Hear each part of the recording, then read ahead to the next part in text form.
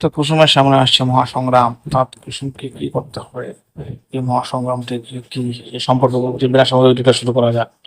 তো এদিকে দেখা যাচ্ছে যে কুসুম আহ, আয়ুষ্মানকে দেখা যাচ্ছে একটা বাড়িতে দাঁড়িয়ে আয়ুষ্মান বলছে যে এরকম বাড়ি না পর্যন্ত আমরা, এরকমই বাড়ি আমাদের লাগবে, এরকম বাড়ি না পাওয়া পর্যন্ত আমাদের এখানে থাকতে হবে।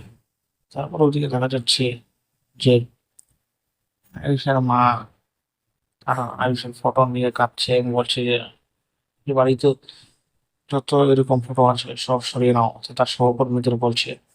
তারপর ওদিক থেকে দেখা যাচ্ছে যে, আহ, অর্থাৎ আয়ুষের মা তার ফটো নিয়ে কাঁদছে, তার ফটো চোখের জলটি আয়ুষের ফটোর মধ্যে পড়েছিল এবং বলছে যে এরকম ফটো যত আছে সব ফটো এখান থেকে সরিয়ে নিয়ে যাও, সহকর্মীদের বলছে। তারপর অর্থাৎ ছবি আছে সেখানে, তার আরও আছে, অর্থাৎ তার হাজবেন্ডও আসছিল সেখানে, হাজবেন্ডও তার দিকে তাকিয়ে দেখছিল সে কি বলছে।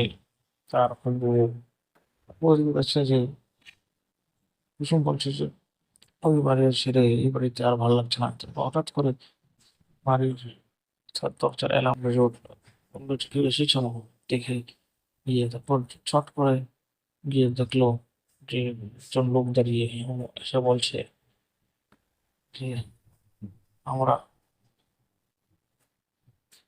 লোকটা বলছে যে কুসুমকে যে আমরা গাঙ্গুলি কোম্পানিস থেকে আপনার বাড়ির বাউন্ডারিটা রদ করেছে, তাহলে আপনি এখানে থাকতে পারবেন না, আপনারা এখান থেকে চলে যান। আর কি বিপদের মুখে পড়তে চলেছে কুসুম, এটাই জানার বিষয়। অর্থাৎ কুসুম কি লড়াই করবে না এরকম ভেঙে পড়বে, এই দেখার বিষয়। ভিডিওটি যদি ভালো লাগে আপনাদের বন্ধুদের সাথে শেয়ার ও লাইক করে যাবেন, কমেন্ট করে যাবেন। ভিডিওটি দেখার জন্য অনেক ধন্যবাদ।